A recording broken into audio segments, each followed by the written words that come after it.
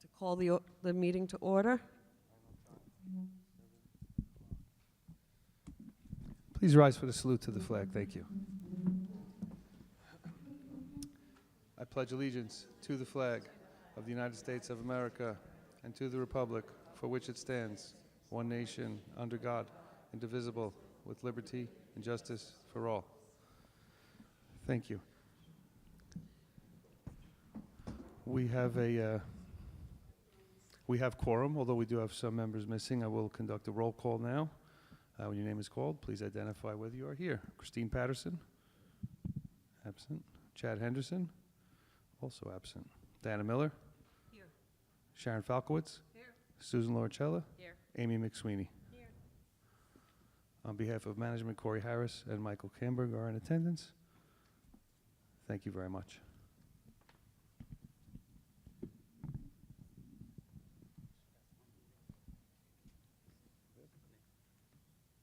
I need somebody to accept the open minutes from the board meeting from August 13th, 2024.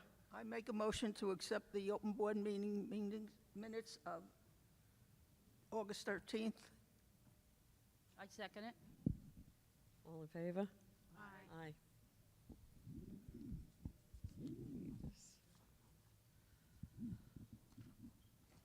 On behalf of Christine, who couldn't be here tonight due to a death in her family, thank you all for coming out or tuning in. We really do appreciate seeing you all out there. Christine asked that I let you know the ballots have been mailed out to those that did not vote on our declaration change. If you received a ballot but feel you already voted on the question for the declaration change, it is possible your original ballot was lost in the mail or received after the original cutoff date. So please vote again. We need everybody who received a ballot to send it in. Hopefully voting yes, but our next election, honest ballot mailed out today, the call for candidates for the open board seat. Anyone interested in running for the open seat should submit their application by September 30th. The ballots will then be mailed out the first week of October. We will be having voting by mail and online only this time. This time I want to turn the mic over to Michael for the management report. Thank you, Diana. To the point of the special election for the declaration amendment, since the extension was effectuated after the election had ended on July 31st, we have received, well, honest ballot, I should say, has received just about 100 ballots towards this. They continue to blast out email notices to those who have not cast their ballot yet. So that will continue. That initiative will run through the end of the year. At this rate, we are optimistic that we will be able to hit the numbers that we need to make the vote binding, and hopefully the vote will be a yes. But we need to achieve quorum on the ballot submitted, and then need to have those 2/3 be in favor of it. As Diana had mentioned, the special election mailing is going out today, or went out today, I should say. Based on this time, it's out already. And you will receive those instructions, and the ballot for that is for 1 vacant seat, and it will be for the remainder of the term, which is 1 year and 11 months. The budget, we are at the early onset of our 2025 budget season, and what that means is that management, specifically Corey and myself, we take a shell that comes from our accounting office, and we start to populate in the numbers that we're anticipating for 2025, and we do so based on the budgeted amounts for 2024 and then the actuals, which are populated in this shell through July 31. And each successive month, as each month's financials are complete, we will update that year-to-date actual column with those month's numbers to kind of fine-tune and hone down the true needs of the community for the 2025 budget year. The board we should have the first draft to the board in October. Generally takes October and November, those 2 months where it goes back and forth and gets fine-tuned, and I believe we'll be ready to go on or right before the December meeting. So we are on schedule for our 2025 budget. Excuse me. A couple items as far as housekeeping around the community. We are well into our landscape season. For those of you that frequent the clubhouse, you may have noticed in the last few weeks, there was a minor yet significant stone project that was done around the perimeter of the clubhouse building itself. That was in anticipation of a legislation change, which requires any building, and this is the only one of 3 buildings, I should say, in your community that qualify under this new rule, to have non-combustible material within 18 inches of the structure. That's the clubhouse, the maintenance house, and the guardhouse. All the other residential units and houses, structures here are exempt from this regulation. So that's the only reason this project happened, but that's exactly why it happened. We had to be compliant with the law. Anyone who also frequents the clubhouse may know that we had a very small mulch fire earlier this year. This is exactly what this type of work is designed to prevent. Mulch can catch fire. We certainly don't want it to be anywhere near the structure where combustible material within the structure can cause a problem. So that was why that was done. Excuse me. Irrigation repairs. In the past, I think it was 2 meetings ago, the board had made the decision not to proceed with non-contracted irrigation repairs. Through our budget planning, we illustrated to the board that there is ample monies in the non-contract irrigation bucket, so to speak. So the board was wisely approving of these for 2 reasons. 1, it preserves all the monies you've spent thus far in maintaining the system. But 2, and way more significantly, if we did not complete these repairs now, we could not reliably winterize the system, which would have been devastating to go through a winter with the system partially winterized, trying to start it next spring, and wind up setting back years of really good, meaningful repairs that have been done. It made no sense to do that. The board certainly agreed with this logic, and the repairs were approved and will be happening in the next 2 weeks. The normal, and I say normal, landscapers pruning project is wrapping up probably by the end of this week. That is just normal pruning that they do twice a year. When that is complete, they will shift to the soil and seeding. I do not have the sections in front of me, forgive me, but I'll put a notice out on Neighbor announcing which sections. If you recall, we're doing the soil and seeding in thirds, so the next group of sections that are going to get soil and seeding will be announced, and that project will start at the end of September. In the next week or so, they'll begin that.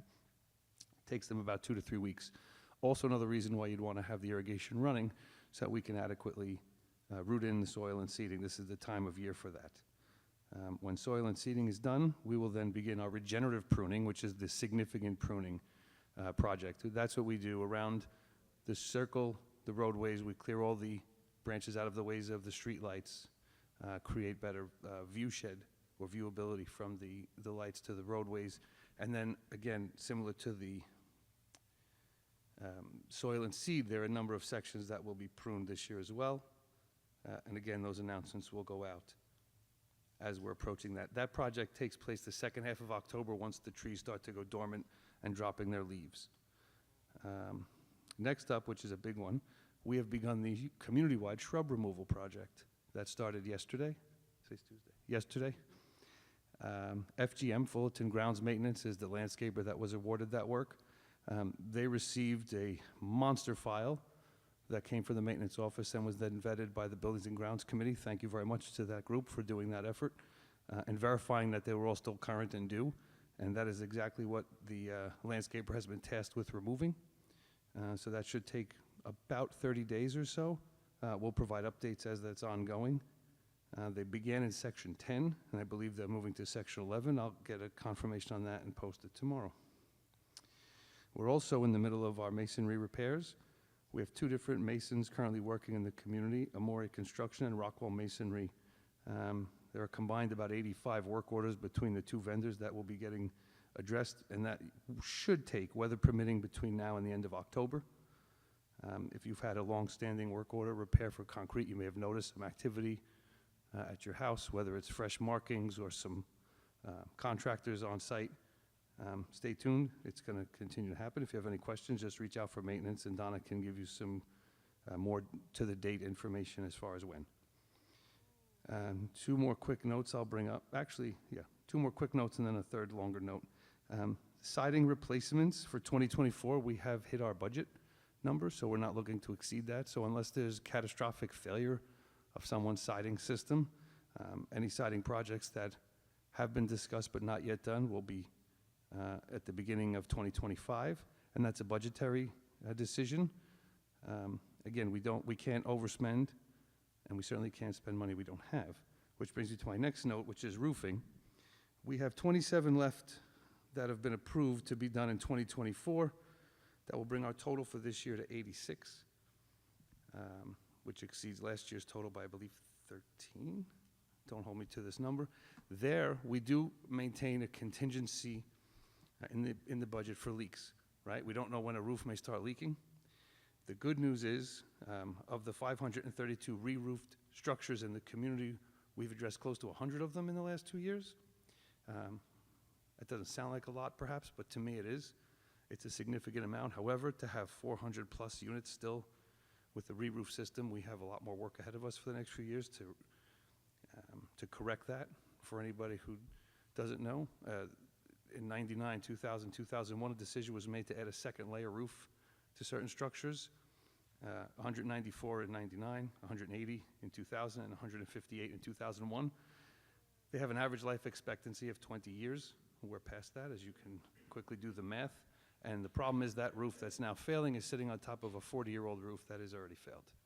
So those are compounding quickly. When they come up, they tend not to give us too much time between evidence of some kind of water filtration and actual water infiltration. So we try to address them as quickly as we can, which is why some people may have heard you're getting a roof in August and now it's the middle of September, still not done. Unfortunately, priorities do come up and we try and move them, but if you were approved in 24, you will get done in 24. There are 10 more that are not yet approved because I need to see that we've got adequate funds to get us through the end of the calendar year. That 10 might be the first batch in 25, but more information to follow on that. If you have any questions about your particular address, just let me know. After the meeting, I'll be happy to talk to you about it. Sorry.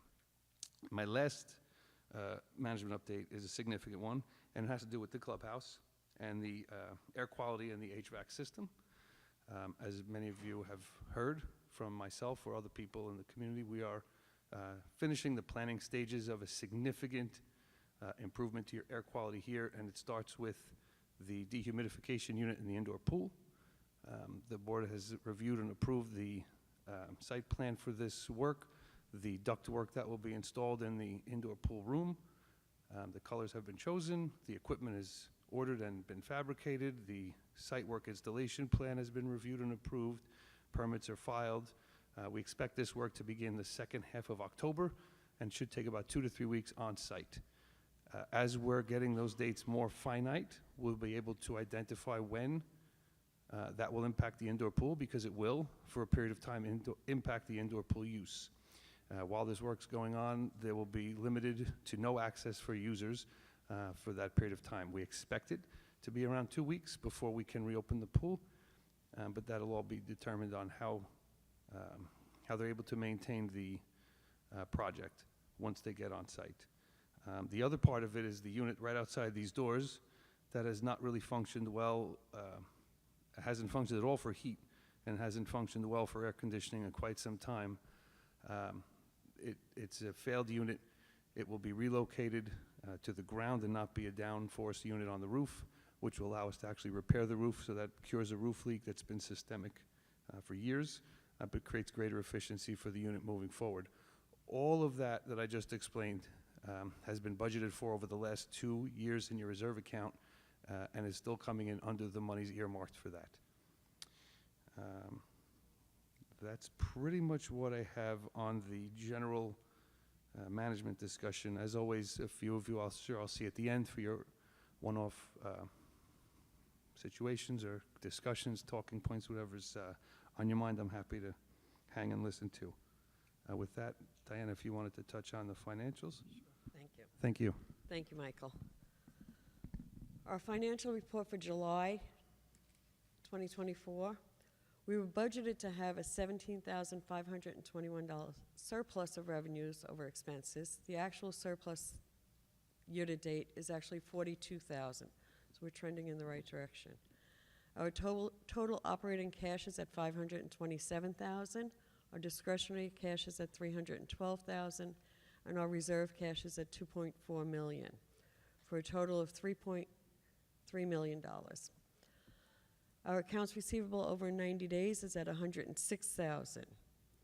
We had 22 resales in July. And just for a note on that, had our declaration change been approved, we would have seen an additional 10 to 12,000 just for the month of July on those closings.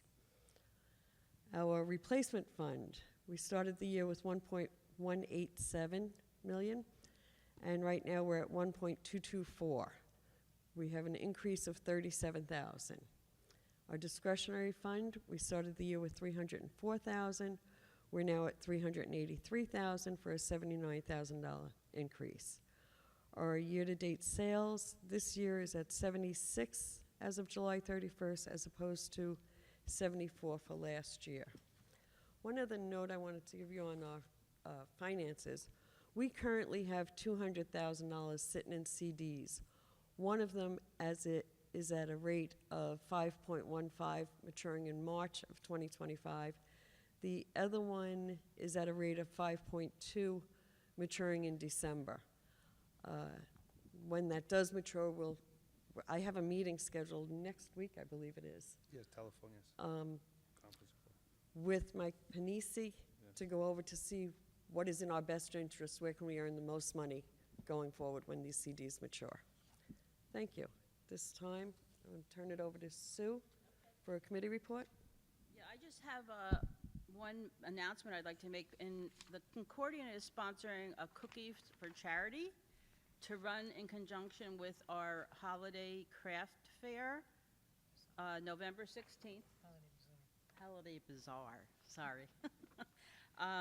So this is what the flyer looks like. We're looking for you guys to find some really good recipes so you can donate your baked goods or donate cookies to our charity. So our resident chef, Dan, is here tonight, and he has some flyers. You'll be getting them on an email, but also he has some here tonight if you want to take one from him.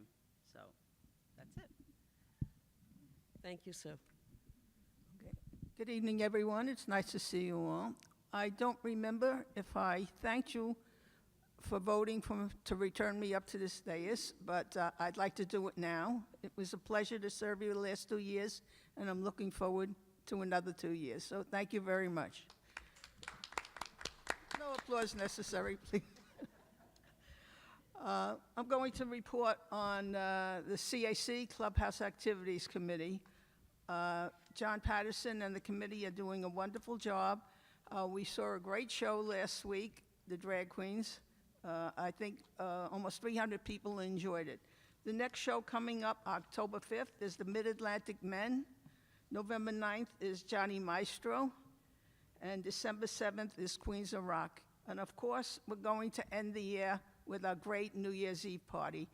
The tables are going fast, and if you're planning on joining us, which you should, because we have a wonderful dinner planned for you and a great DJ, and I think it's well worth the money of $92. So I'm looking forward to seeing all of you there, right? Yes. Thank you. And not you? No. Oh, okay. Not me. And the last thing, I just want to mention that the bus trip to Broadway Suffs sold out within an hour. Thank you. Thank you.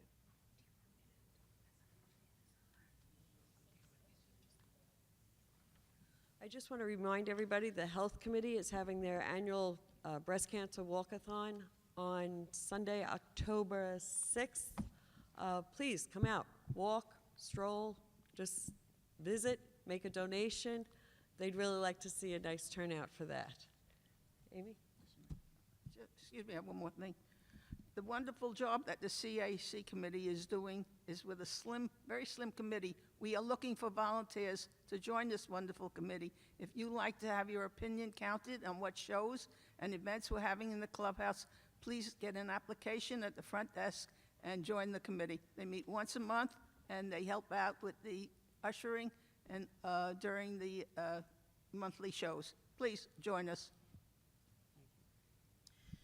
Okay, I want to talk about, Sue touched on the fact that on November 16th, we are having a holiday bazaar and craft show here in the clubhouse. We currently have something like 37 vendors. We're expecting many more. If you're a crafter, if you sell something, if you have friends who do, a table for residents in Concordia is free.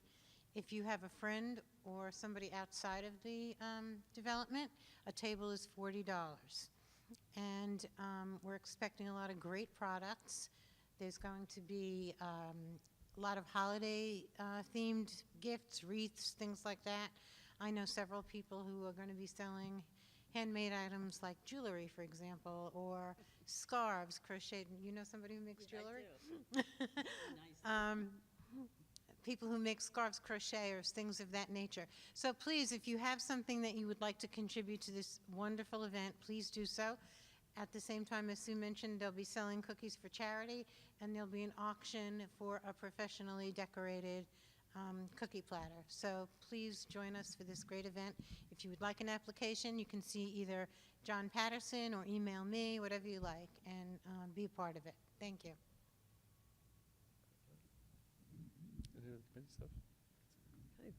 At this time, I'm going to ask somebody to call to adjourn the meeting. I make a motion to adjourn the meeting. I second the motion. All in favor? Aye. November 16th. We did it because of your birthday. We are now open for I'm questions. gonna have to remember that now. So remind me after the meeting, I thought of an idea for the cookies. I was going to invite everyone to come on up, but you already know the drill, folks. Come on up when you're ready. Just please state your name and your address. It's important for me so I can make sure I have the proper notes for following up. Thank you. Frank Moffat, 6 Ingram Drive. Couple of things. First, I appreciate, Michael, all the summaries that you give about what's going on with the work orders and things like that. I wish we would keep a record of all these open projects that we have, and we will see it listed someplace. I'm not sure whether that's possible or not. One of the things I was looking at was we had issues with balconies at one time, and I'm not sure whether that was completed, whether that was budgeted for, or anything else that happened to that. Sort of like it's a project that don't know what happened to it. But I would like to see whether that was completed or not. Secondly, I wanted to talk about a little bit about the budget. In 2023, we had a snow budget of $400,000, and we didn't use a penny. I don't want to say penny. We didn't use practically anything from that budget, $400,000. And at one time, there was a little bit of discussion of whether we should move some of that money to the snow fund, from the snow account in the operating budget to the snow fund. It seems like as soon as we get some snow, we're very quick at doing an assessment for the community because we're short in the budget.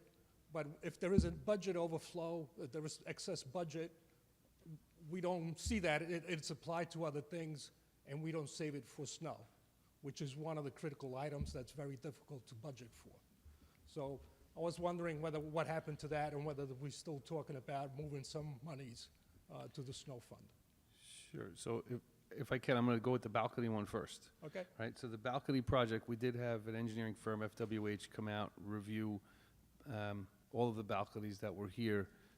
They then went and conducted a more invasive inspection of about 18 to 19 of them to determine repair methods. So your balconies are all constructed in the same manner. It's a stick figure construction, and they're an extension of the framing of the structure. They're not mounted to it or affixed to it, similar to like a mansard roof or a podium style balcony, where there's a risk, like you see in some concrete structures, where the floors can pancake down, or if a balcony's cantilevered off, can just collapse and fall.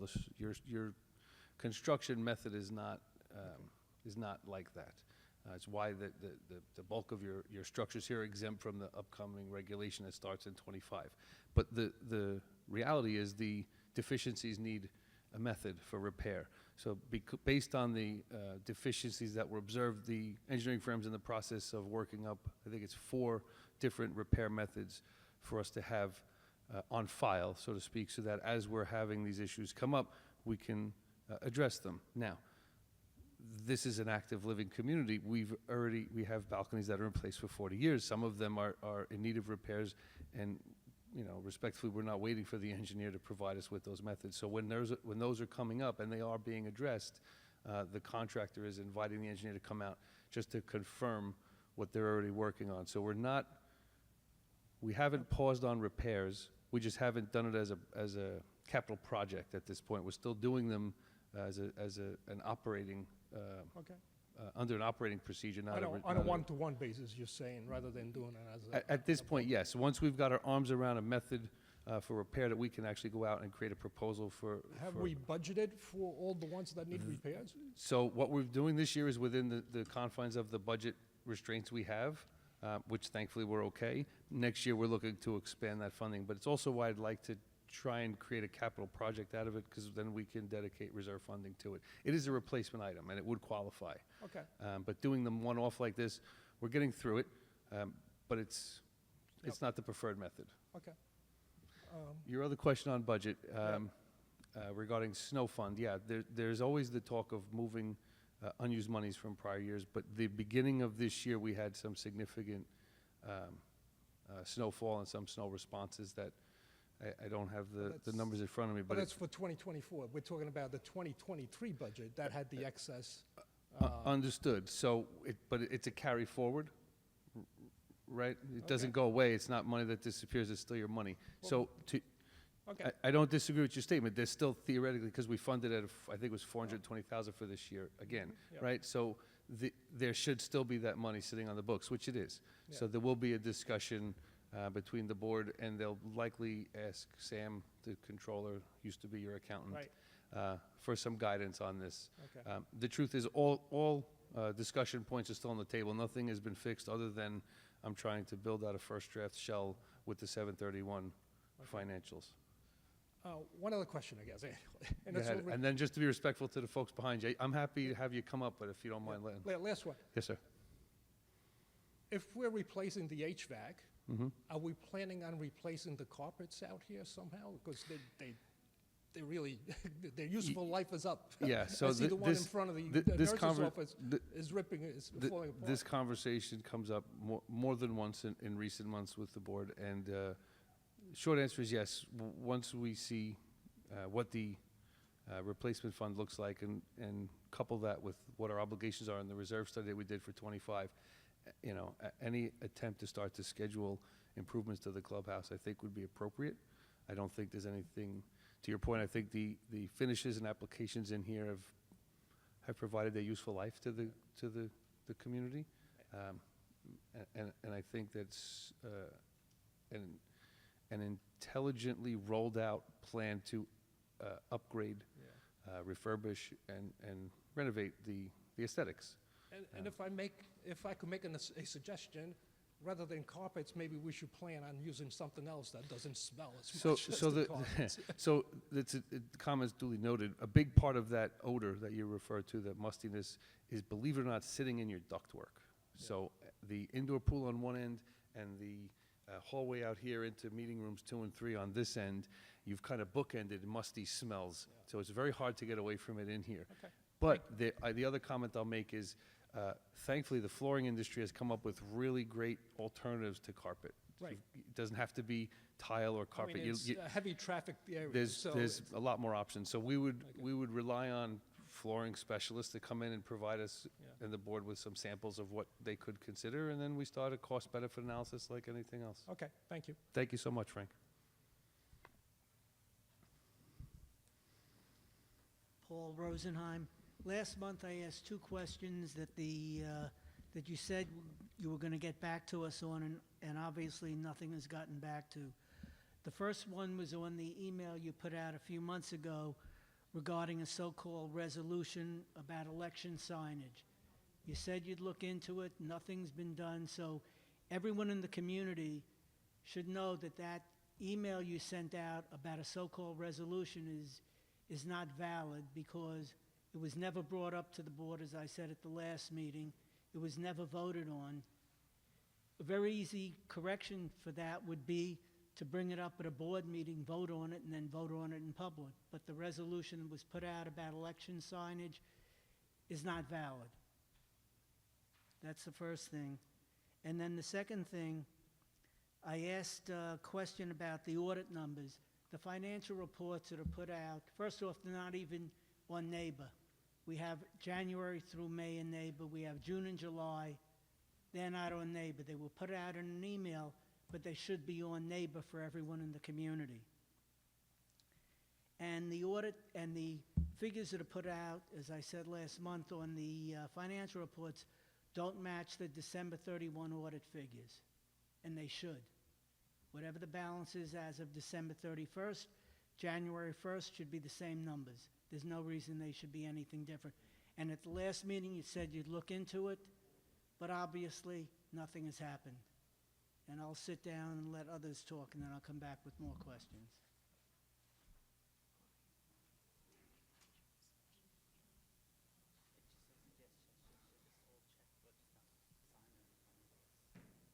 Yes, sir. John Watts, 6 James Buchanan Drive. So I'm going to, in general, do the good communication on a lot of the items. Question on, I'm going to stick with finances, not starting with the January 1st number from the last year's audit, but does the $200,000 that's in CDs not get counted in our assets? No, that's counted. Okay, because when I add up the numbers of our 5 accounts that have money, I come up with 3,000,005, and the report shows 3,317,000, and I just thought the 200,000 might have been that not being counted, but what am I missing? Maybe, is it because it's not in cash? Because it's a certified deposit, it may not be because it's in cash. Yeah, so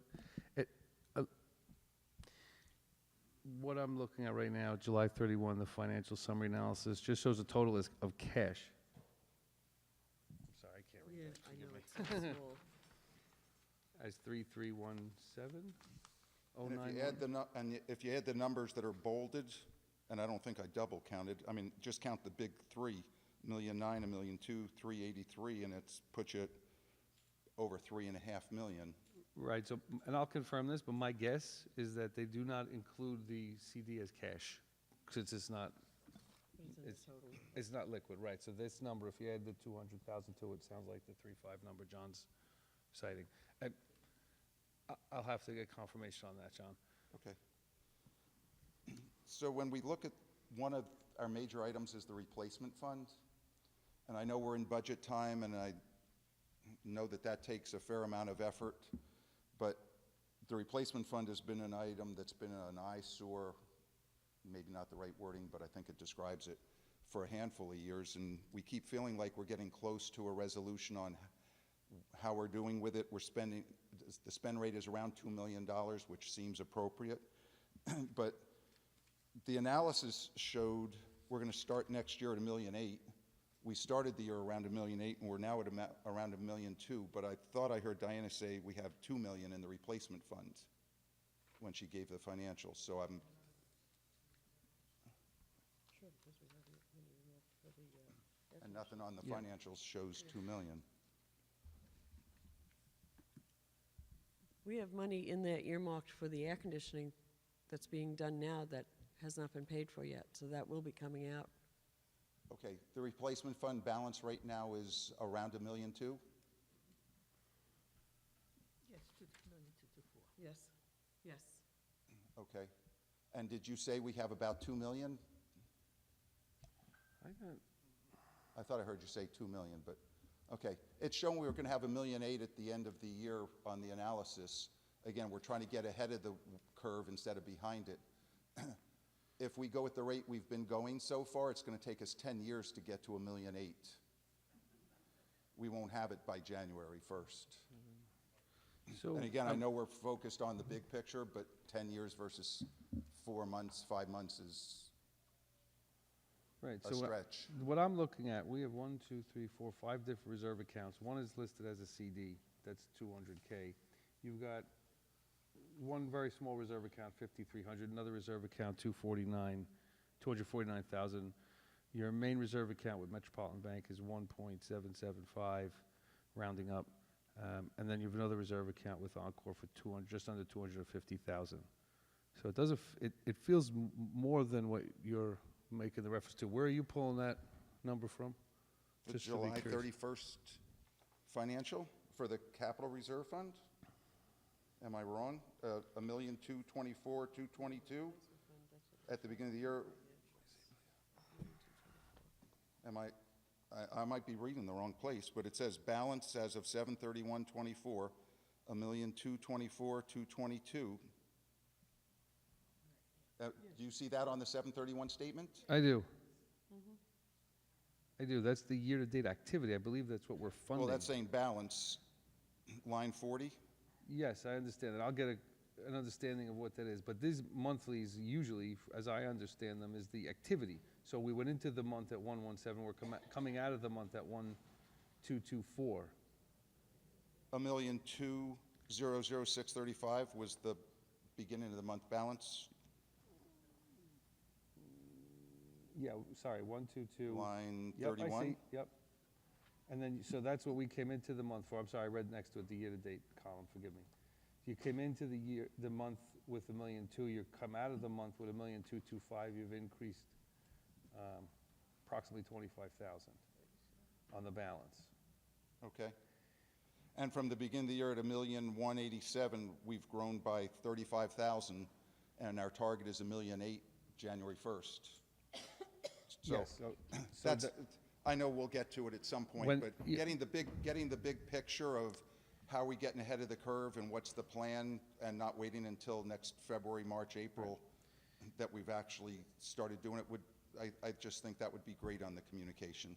Sure, and I understand that. I would like to also confirm with the engineering firm, they don't necessarily distinguish between discretionary reserve fund and the You mean the replacement reserve fund. 383? Yeah, so they may look at the combined aggregate total of both as our reserve monies, right? Okay. So That's at the board's discretion, right? You understood. guys can move it over if you want and have 1,000,005. correct, but if you 1,000,006. look, it is listed as a discretionary reserve fund, Yep. right? But you're absolutely right. It is whether it's the left pocket, the right pocket, it's the same pair of Yep. pants, right? Okay, So super.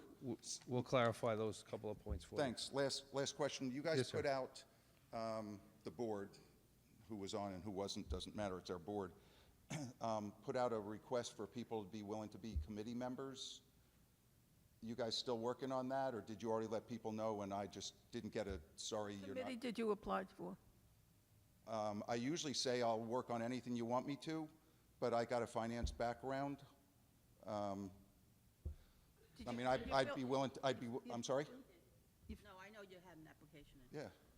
For the So is finance, that still in the works? was it for the finance committee?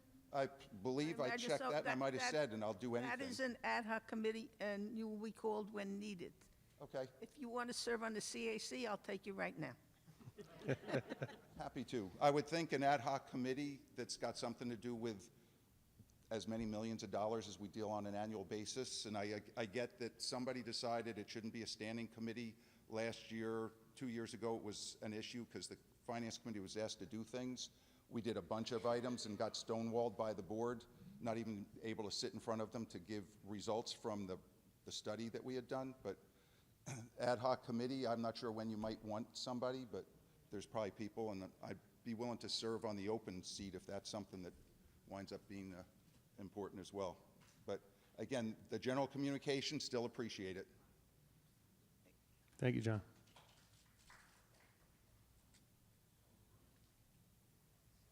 I'm jealous that all this knowledge that's coming up here. I just use autopay.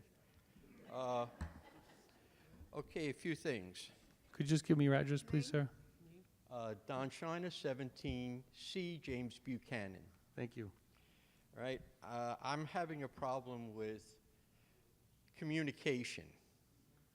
All right? I've been living here a year, and every time I come here to make out a form or whatever for repairs or questions, I'll get back to you. Well, I'm still waiting a year to get back to me about anything. I'll give you an example. I called up, I needed my gutters checked because they're leaking, they're falling off. Inspector came from an outside company, said you definitely need new ones, I'll tell management. I have never received a letter saying, yes, we checked your house and you are on the list or you're not on the list. You know, I find no communication. My neighbor, 95 years old, they have a tree in the backyard that's half dead, and I reported it. And the woman at the counter said, that's not your address. They have to report it. I said, they're 95 years old. How are they going to report it? That was several months ago, and again, no communication. Hello, we know the tree is half dead and it might fall. Nothing. And other things that I did sign up for with certain concrete, just let me know. No, you're not getting it. Yes, you are. Yes, we do know that. You told us about it. Just something. There was a lot of other stuff, but when I get emotional, I forget. And if you want to sing, I sing karaoke with my wife, put on music, and I might remember. But it's just, you know, the communication is the biggest thing that's bothering me. And with this board, is there a dollar amount that has a cap on it that you cannot spend without talking to the homeowners first? When I was a president of my other board, we had a cap that we couldn't spend money as a board without the homeowner's approval if it went over $25,000.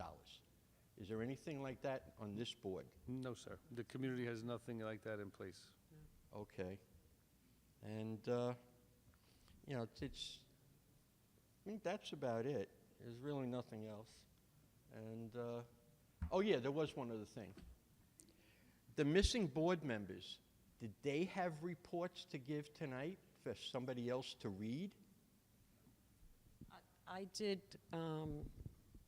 report what Christine had up until the other day. She had a tragic death in her family. Sorry. So, yeah. Okay.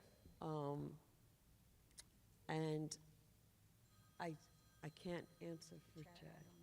All right, I just was questioning that because I know there's other board members that just aren't here tonight. Well, the committees are just starting to run now, so that's usually what we report out on. So he, you know, I don't even know if Chad had a meeting yet with his committee, so. Okay. Thank you for listening, and Management Company 2, thank you. Goodbye. Thank you, sir.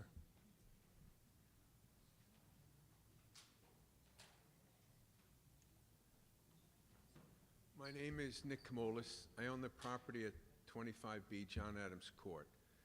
You guys probably don't see me around here because I'm an absentee landlord. I actually live in Middletown. I just have a couple relatively quick questions. They're not even contentious. In the past 3 or 4 years, twice a golf ball has gone through my kitchen window. And,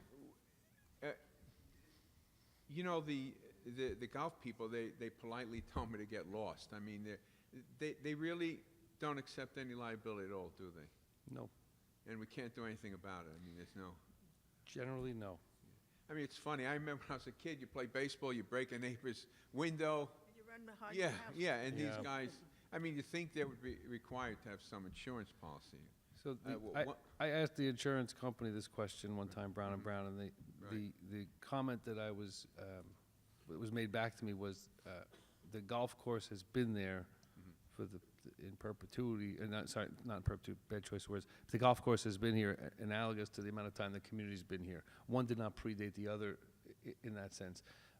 Any homes along the golf course were contemplated for being along a golf course. That was what I was given for the answer. So you bought it so tough. Whereas, and I grew up in Brooklyn, and we didn't have many dirt lots to play ball in, so we Right. played in the street, broke many windows. There, the people don't have the expectation of being next to a baseball diamond, so the idea that I was responsible, my buddy Joe was responsible, falls to my parents at the time, but That's pretty much the answer, because I asked this question. You're not the only one that has this issue. I still think it's a cop-out, but what can we do? I'm not it. Yeah, I think it is. Earlier this year, I was here, and I discussed in a little depth, which we don't have to go into, about, you know, the large condo fee increases we've seen over the past couple of years, and the reserve fund. Now, obviously, I know you haven't done the budget yet, and so obviously you haven't even set the condo fees, but this is a very general question. You make me feel good. You could. Do you feel better now than you did 12 months ago going into the new year? I mean, should we be optimistic that, you know... Who are you asking the question of? Anyone who wants to answer it. I'll go first. Okay. Yes. Anyway. Short answer is yes. I'm glad to hear that. We had to apply some financial controls. Right. Not to say they weren't in place, but Right. the truth is we cannot take on more work than we can afford in any calendar year. Exactly. So if you were here for the Right. entire meeting, you had heard earlier when I said we're done with siding replacement. Yes, I We heard so that. certain I know. certain items Right. we don't have Yeah. earmarked Right. funds for those Right. replacement items. So unfortunately, those have to wait. Roofs, I don't have that luxury. I have to deal with Right, leaks, right, right? I have to I know. preserve the structure. The concrete stuff, we're dealing with what was a backlog of Right. safety hazards. We're dealing with them. Mhm. Anything that has an aesthetic nature Right. gets capped. We looked at the irrigation, any non-contract stuff. We didn't want to overspend Right. what we earmarked for that. Right. We're dramatically under, and we're at the tail end of the season, so it made very good sense to preserve what we have in place, use those dollars. And to that point, we budget, I think, $125,000 for non-contracted repairs. We'll come in around $65,000 this year, after we do this batch that were just approved. So we're still saving some good money there, but that's a couple of roofs Right. for me to do if I have an emergency, you know, a leak like that. So we have to be mindful of that. But knowing the prep that I'm putting into the budget for '25 now, Yeah. and the reserve study we received earlier this year, compared to last year, I feel much more confident in our footing and our direction. Right. Well, I mean, I don't want to dwell on this, but you guys were pretty frank when I was here, and I appreciated that. You know, we were discussing it. Another thing, just very brief aside. I'm a treasurer of HO Homeowners. I live in Middletown, and we use treasury bills. That's another option. I guess you probably get about the same. For you. Yes. Did you vote for the declaration? I don't know if I got it. That's Oh, boy. looking. I don't know if I live in Middletown. I told you. I'll call tomorrow. I have the numbers. I'll call Okay. the concierge and tell them, okay? I'll check with the vendor and make sure that you're getting it. 25B John Adams Court? Yes. And we have a mailing address for you? Your off-site mailing address we have for you as well? Okay. All right, you may get a call from me just to follow up on Okay, that for very sure. good. No problem. All right. Thank you. Thank you. 25B John Adams, yes. Hello, my name is Hedwig Belinsky. I live at 6A Berkshire Drive. I have a very hard issue to take care of. I've been calling every day, once a week they come. I have a lot of acorns on my street, on my house, on my sidewalk, on my driveway. That's very hazardous all the time.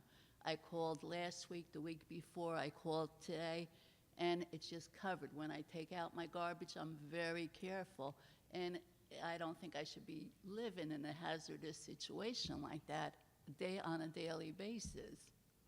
It's covered all the time, that you have to be very, very careful going down your driveway, on your grass, because the grass is loaded with acorns. The driveway is, even the street.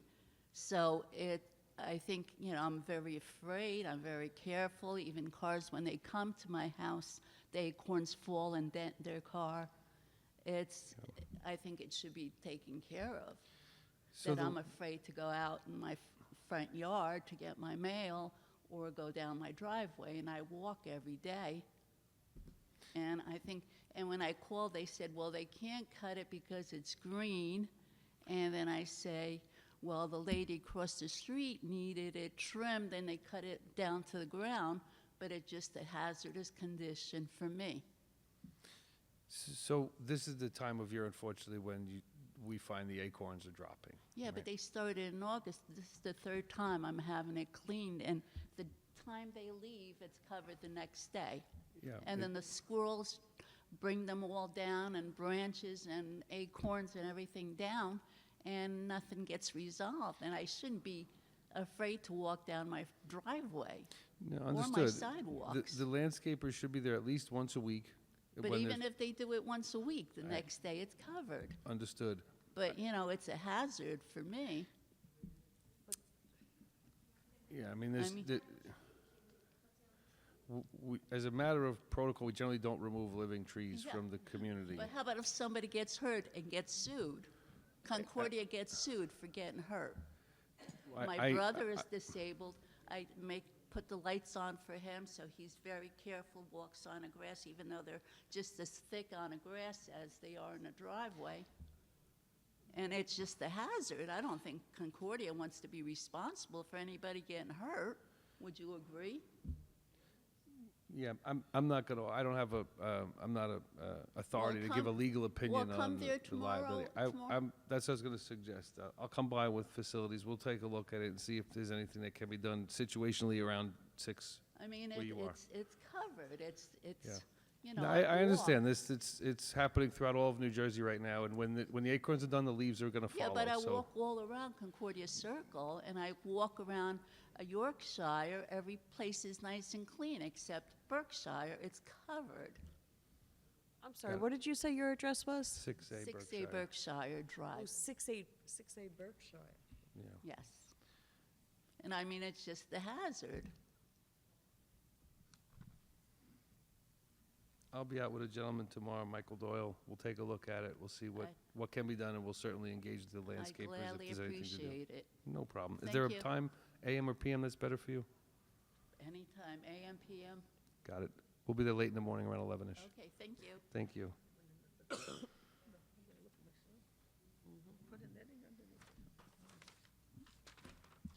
Okay, Ross Dubin, 31A John Paul Jones Drive. Okay, a couple of questions. First one on the irrigation situation. Okay, in the event that, say, our sprinkler head goes bad, I guess that under the new guidelines, it wouldn't be repaired, and if that's the case, what happens with the common area?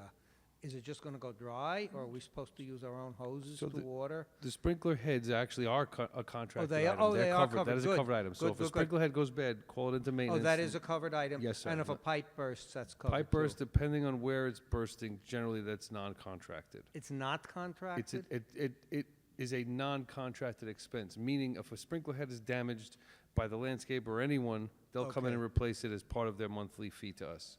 If there's a Okay. pipe break, it depends on where the pipe is broken. And that would still be taken care of? It can be even taken though care of, but it's a time and material because it's not a contracted flat rate. Oh, okay. So we had about 5 or 6 of those that had stalled earlier in the season because of budgetary concerns. Prior to the election, the board had made that decision. Since then, with a different configuration of trustees and the knowledge of seeing 2-3 months further into our fiscal year, we see that there's room in that line item to spend the money and not overspend that line item. My goal at the end of each fiscal year is to leave change in each bucket. If we do that, then we're fiscally responsible with the operations. Okay. So to that point, we've got the monies to cure any of the non-contracted deficiencies that they've proposed to us. That doesn't mean something won't break tomorrow. Right. That's not contracted, but what we've got thus far proposed from the landscaper has been approved and sent to them. Okay, good. Second item was, you were at our place about a month ago, and, we had a few items, sidings and sidewalk and a few other things. I specifically just wanted to ask about the sidewalk. You said something about masonry work is supposed to be completed by October? The end of Is that- October, there should be. There's 2 different mason crews running through the community now servicing work orders. So our sidewalk should be done, I'll get you a specific answer tomorrow as to which one it was assigned to. okay. 'Cause I know that, based on your address, we know who they got assigned So to. I just you'll- don't have it in front of me, but I'll call Okay, you. so you'll give us a call? I'll call you tomorrow and let you know exactly what's going on with your specific work order. Okay, thank you, Mike, appreciate it. No problem, sir. Thank Thank you. Okay.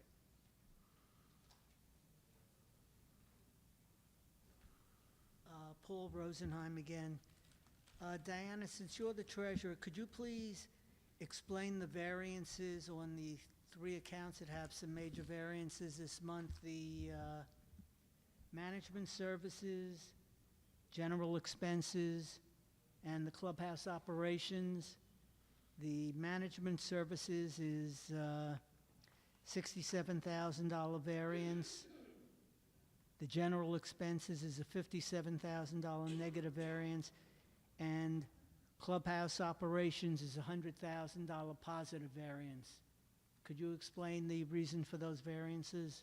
Well, I don't have those numbers in front of me, but I will definitely take a look at them later. A lot of times it's just in timing. And you know, when you're budgeting for something, it's spread out over 12 months, not what you're spending. Some months you're spending more than others. Right, but certain things like with clubhouse operations, a major part is salaries. You know what the salaries, and they should be spread out evenly over the course of the year.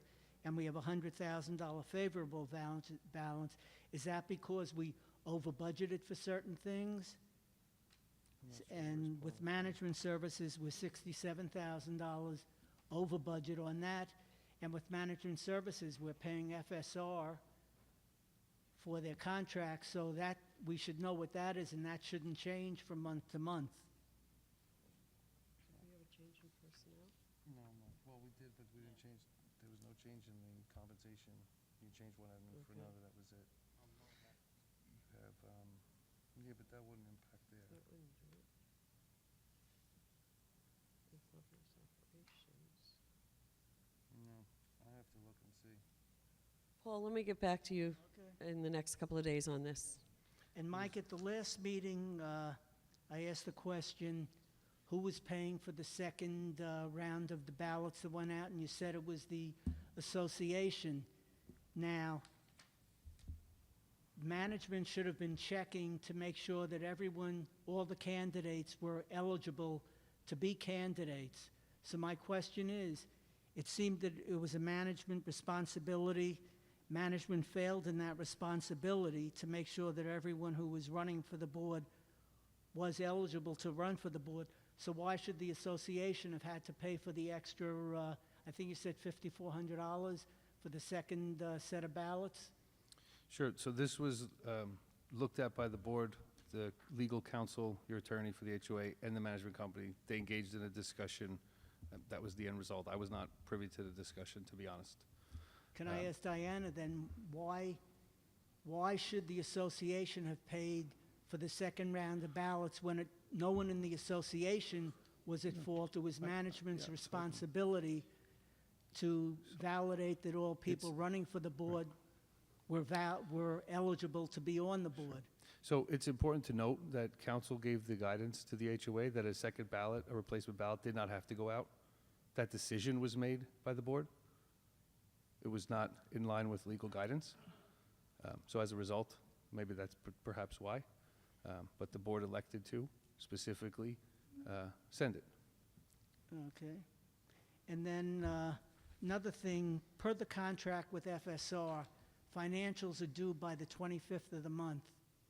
And the past 2 months, they've been rather late. The June report wasn't put out until August 7th, the July report not until September 5th. And right in the FSR contract, it states FSR is to get the financials to the board by the 25th of the month. Sure, and they do. So they get it to the board on the So 25th. the You're board- may I speak? You're referring to the resident report that gets released in Yeah. the week following. That is not Well, part of your financial package from your more than a management week. contract. There's no reason that that report shouldn't be released immediately. I mean, It's not generated as part of the monthly financials. It's generated as a subsequent item. It is So not it- contracted. It is, you were in this conversation. You were right, I part of it. It was. is not a contracted item. The resident report is not a contracted financial report. well, FSR knew what our financials were. Sam worked here. Understood. He's now at FSR. Yes. So you knew what you were getting, but the reports are coming out very late. No, again, the financials are presented to the board, which is the contractual obligation, by the 25th. It takes a week following that to have the staff accountants generate the resident report that the community wants. It is not, we're not obligated nor contracted to do that, and we're doing it. To be very clear, we provide it at no additional cost. but it takes a few extra days. And I'm sorry if it doesn't meet your expectation, but there's no contractual obligation that's not being fulfilled by the release of the resident report. So the board is getting the reports by the 25th? Yes, sir. Yes, we are. Okay, and last year, and then I'll let someone else come up, next person come up. Last year, I do believe the board passed a bylaw to allow non-unit owners to be on committees. On certain committees. No, just to be, right, on certain committees. The current bylaws on neighbor don't reflect that, for one thing. There's nothing recorded in the county records that shows that that bylaw was ever passed. And if we have people on certain committees and that bylaw wasn't recorded, should they be on those committees? Do you want to answer that, or you want me to answer it? So what I will offer is that if it's passed recorded in your minutes, it has yet to be recorded at the county level. That doesn't make it invalid. It's not valid until, a bylaw is not valid until it's recorded at the county level. Resolution doesn't have to be. A bylaw has to be recorded at the county level to be valid. And this was last year sometime, the prior board. Yes, I understand. And as I recall it, the initiative as it was didn't survive in its configuration. They had a legal opinion that was rendered subsequent to that. You're referring to the December, I believe it was in December 23, they held that bylaw amendment vote. And we did get there were 3 items on there. One was for the opt-in, that was approved. The other 2 were not. No, this if I was, recall this was correctly. earlier than that. This was on the allowing non-owners to be on committees, because the bylaws only allow owners to be on committees, and the board wanted to change that, and we had a vote on the bylaw, and there's nothing recorded. It was never published in any of the prior open board meeting minutes. Well, the bylaws said that committee members must be residents here, and they must be, Owners, wording was, no, it did not use the word owners. members. Members. And when it actually says committee members, and we did have a legal opinion on that, and that was that we could include renters on those committees that we chose to. Then why was there a vote on that? Because there was a bylaw that was put out, and supposedly the bylaw passed. No, it didn't pass. That's when we went to the attorney about that. But there was never any follow-up to explain, I believed it had been explained at an open meeting. not in any minutes. I don't have an answer for you then, Paul, at this time.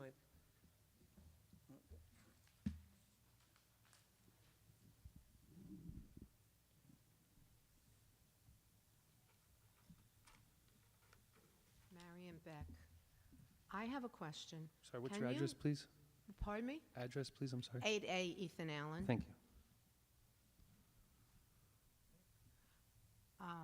I called the office about the vent cleaning. We were getting letters about it. We had it done this summer, and I called to say I want to bring the certificate over, and she told me, you don't have to. It's not due this year. And I said, well, she said, you have to do it again. You have to do it next year. I said, well, it's good for 2 years. I just paid money to have this done. I'm not going to pay money again next year to have it done again because it's not right. Now, I don't remember the last time I did it. It was probably before all of this went on. And I am a snowbird, so I don't really get all the information or know what's going on or what you're talking about. So I was told I had to do it, and I had it done. My daughter was there.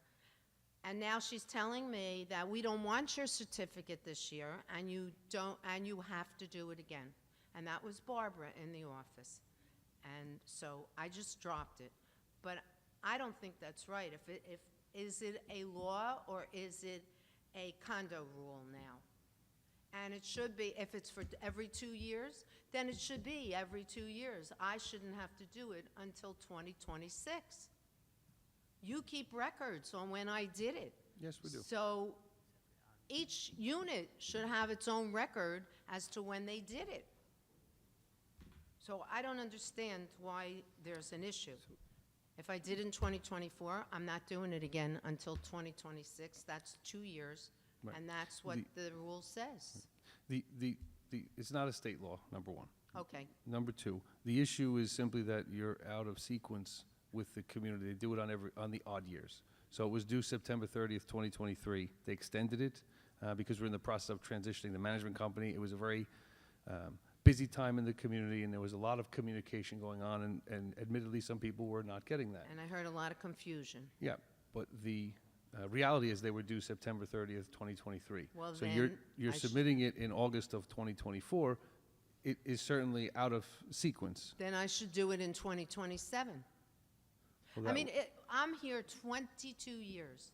We never did it. I never had a problem. I did it on my own, okay, before all of this. We didn't have a problem. We don't use the dryer that much. We are away for most of the year. And I don't see that it's an issue. If I'm doing it, then I'm doing it. I can appreciate that. The issue lies in the bulk, right? So when you look at the community at large and you have just under 1,800 units submitting it, we try and create some schedules to that and timeframes for that because it makes it easier for tracking. If people were just showing up randomly any given time with another understand. certificate, it would be a harder project to track. But you're putting it into the computer under my address when Yes. it was done. Otherwise, you couldn't track it. Yes. So if it was done in 2024 and you put 2024 in there, and I give you another one in 2026, you're going to put that in there, it's 2 years. Right. You are going to receive a notice in 25 that the community is doing this because Again. we send it out in bulk. Yeah, we don't. But we were threatened. I'm sorry?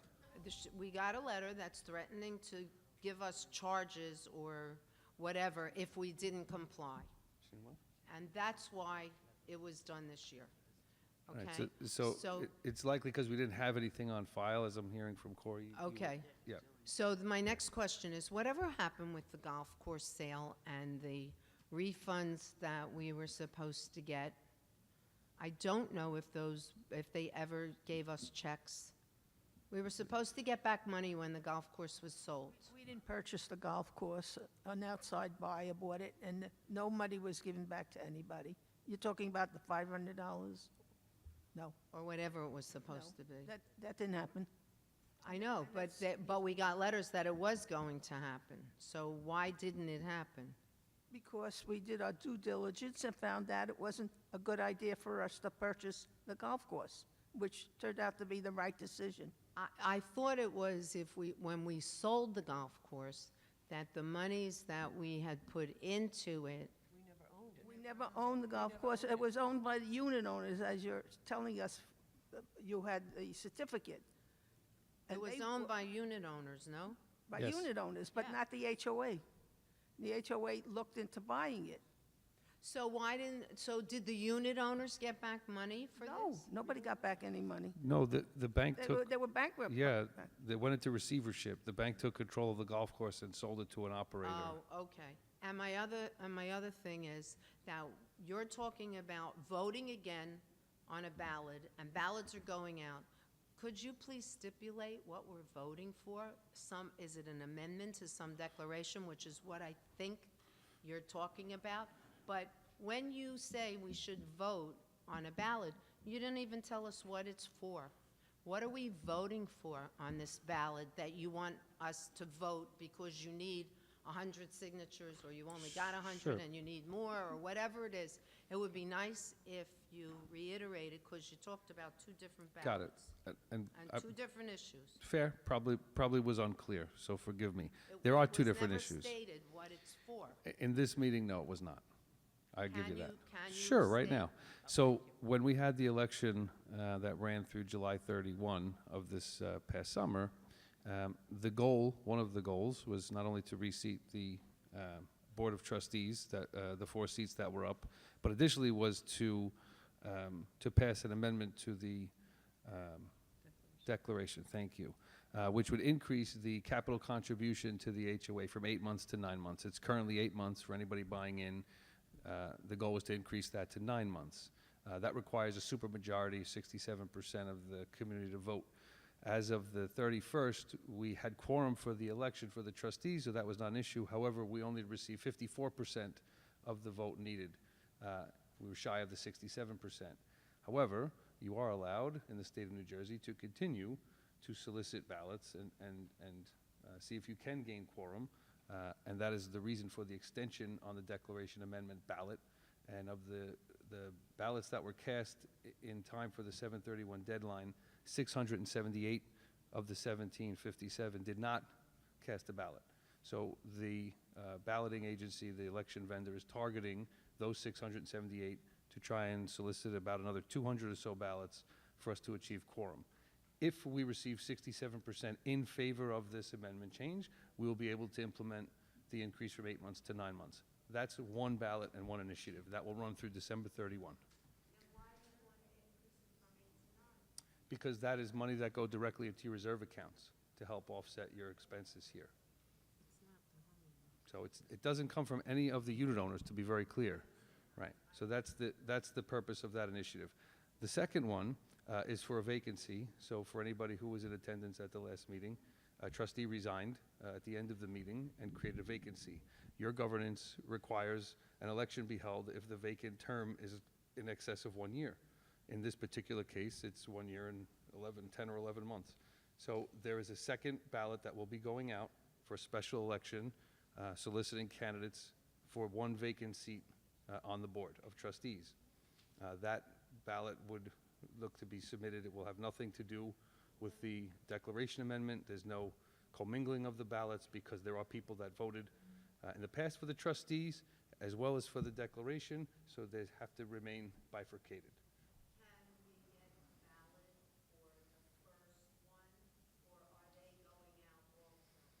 The ballot for the declaration amendment, that you already received the ballot, and the replacement ballot, if you were on the 678, you would have already received as well. If you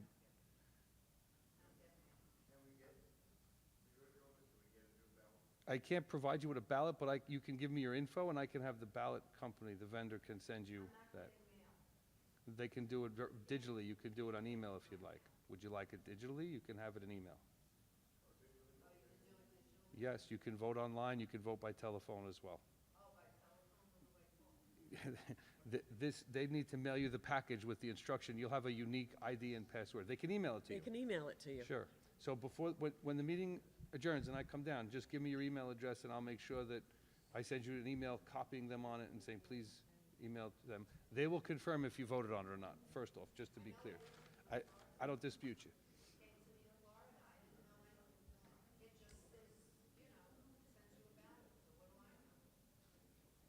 Got it. Okay. Sir, as well, if you want to give me your email address. Are you guys together? Okay. Just give me an email address and we'll get you a replacement ballot. Excellent.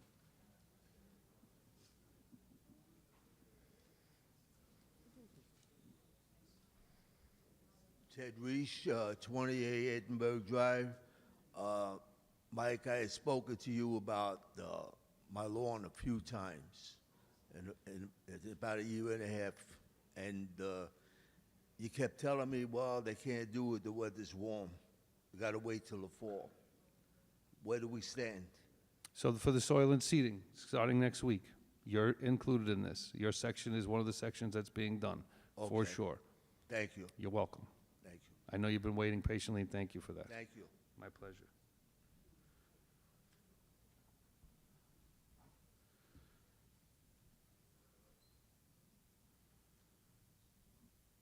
Hi, 161A Concordia Circle, Christine Ginenthal. I've also been waiting patiently. About 2 years ago, I addressed the situation with the siding on my home, and someone came, inspected it, and then that was the end of the matter. And then this past spring, I also put in a work order to have the siding completed because the siding was replaced in 2015. I wasn't the owner, but the cedar shakes were not done, and they look really horrible. So in reply to my request, I got an email on June 21st stating siding has been completed, and nothing was done. So am I still, do I still have a work order? I mean, if you'd like to come by and see if my siding was completed? I recall your story. I do. I think, and I don't know off the top of my head, was the work order to repair or replace? And I don't know, and it's semantics. I don't mean to get into semantics. I will follow up with you directly tomorrow. We can repair what's there. The idea of replacing the entire building, I don't. It's not the entire building. Right, so It's yours only- is still a repair to get done. That's why I'm questioning it. I think that's one that's still able to be done. We have, in our operational budget, ample abilities to make those local repairs. It's not an entire building envelope. Let me find out exactly what went on with yours. So is that still going to be completed It this certainly year? should be, and it should be able to be done in 2024. Yes, ma'am. Yeah, so how will I know that that's I'm really going to happen? going to follow up with you tomorrow. Is there a time better for you tomorrow, AM or PM? You mean you're going to come by? I'm or- going to combine and confirm. I'm going to bring the contractor with me as well and confirm exactly what's going on. Okay, I know my husband has an appointment with the doctor. It could be Thursday, if Thursday's better for you. It doesn't have to be tomorrow, but I'd prefer to see you in the next 2 days if we can. Okay, Thursday afternoon would be good. Okay. Can we say between 2 and 3? Yeah, Great. thank you very much. My pleasure. Sorry about the confusion. That's all right.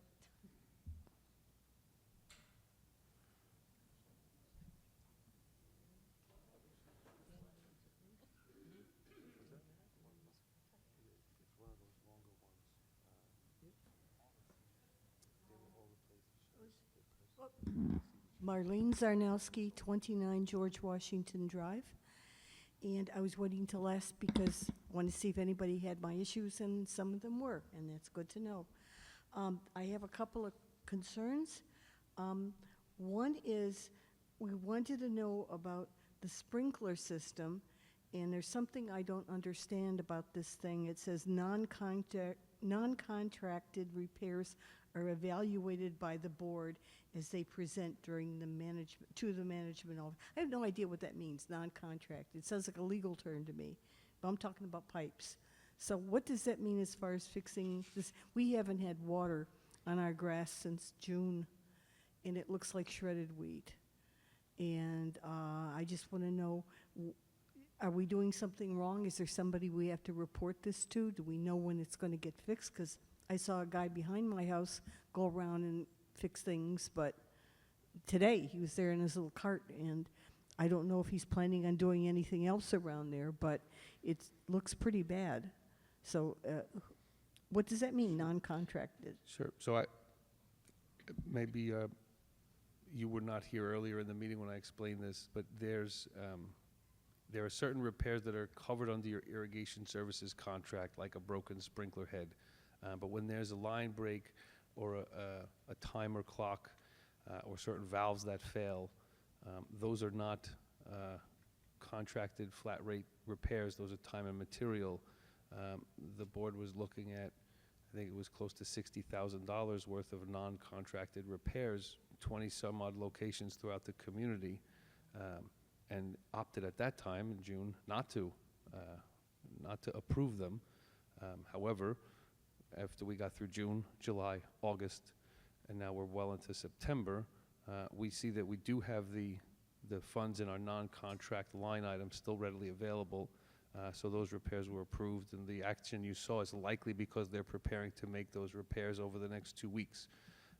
So it is legal language versus the talk of pipes, to your point.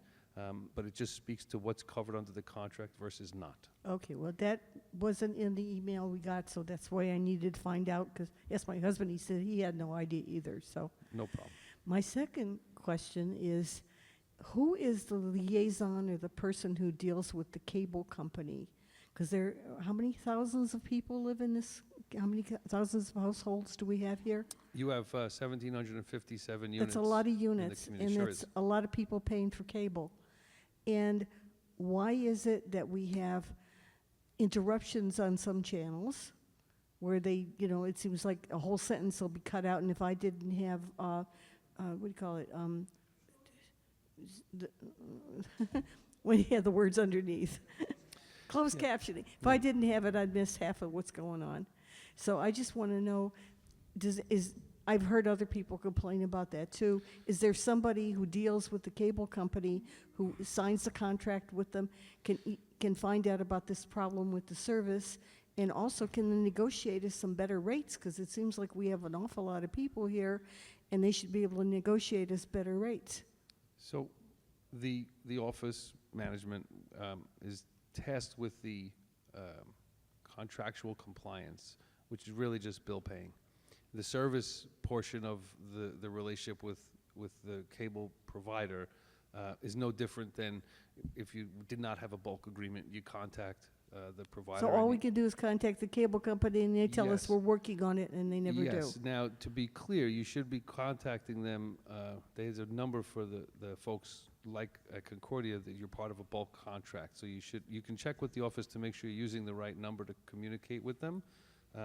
But that's another component. It's also true of the alarm system with ADT.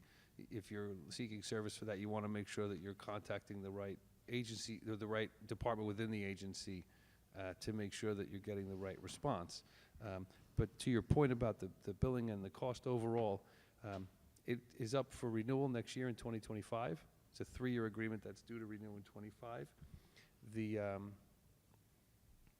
The consideration is whether the HOA wants to maintain the bulk services agreement, increase the services being rendered, and I'll speak to that in a moment, or choose to not be in the bulk services agreement relationship anymore with the cable provider.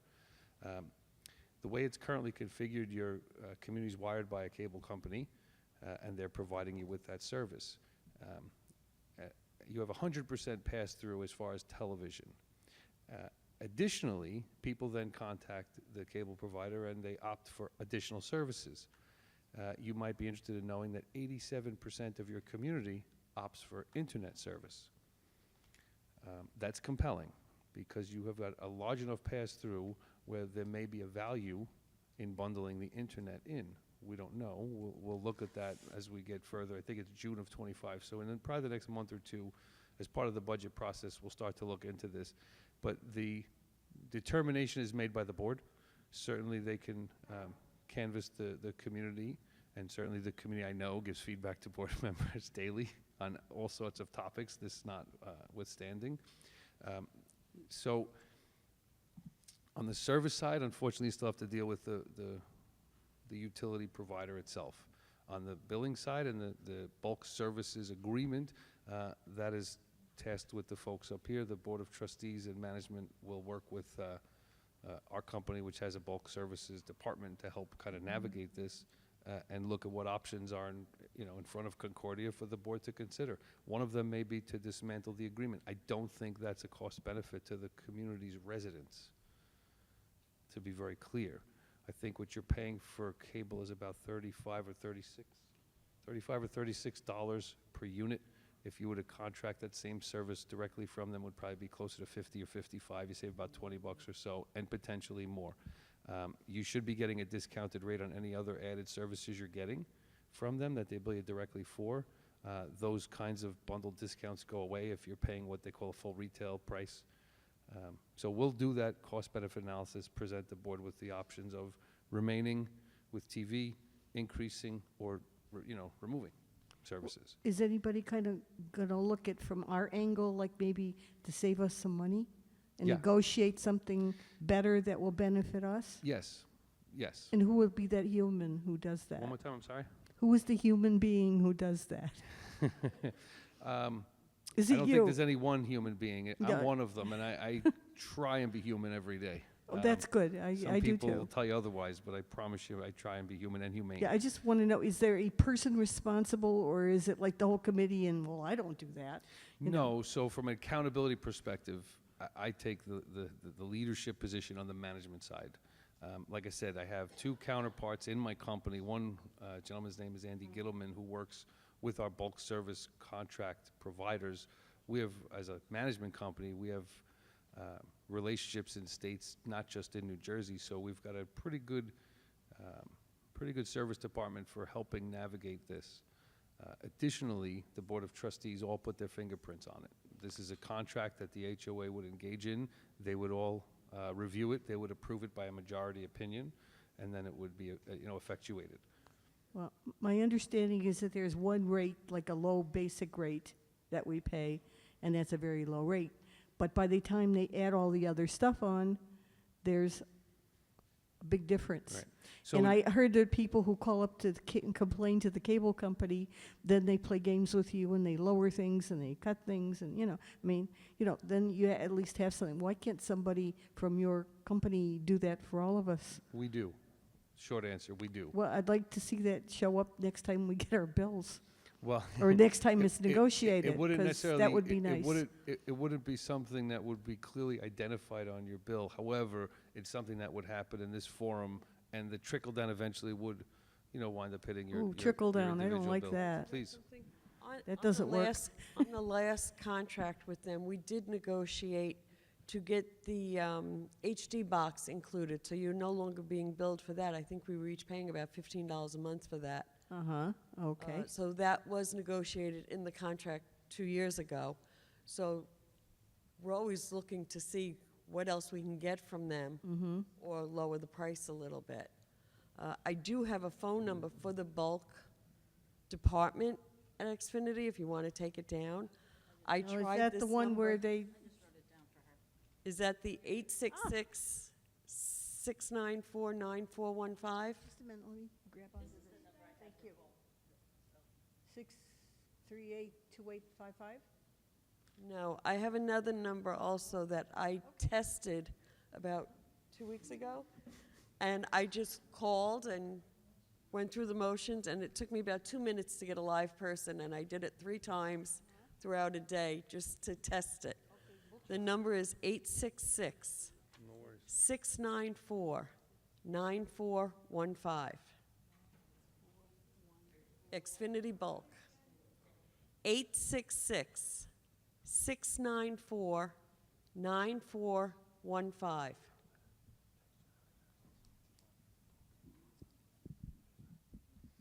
I believe, I just checked it with Corey, I believe that number's also posted on the text generator, which I believe is on Channel 26 when we're not broadcasting.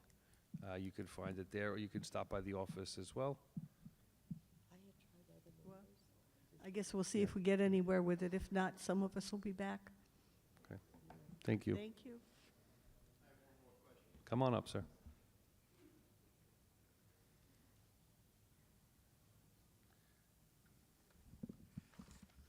You were I'm- 17 James Buchanan, right? 17C James Buchanan. Yes, sir. No, my only question is, I walk around and I'm hearing rumors about an assessment. Can you tell me if there is going to be one, or if there's planning an assessment? Because everybody's walking around, oh, we're getting an assessment, and I don't know what the hell they're talking about. Neither do we. Oh, thank God. Thank you. We haven't done the budget, so we don't know. We don't have a crystal ball. You will know almost as soon as we do. I think we've exhausted the room. Thank you, everyone, for coming out tonight. We very much appreciate your attendance. Have a great night.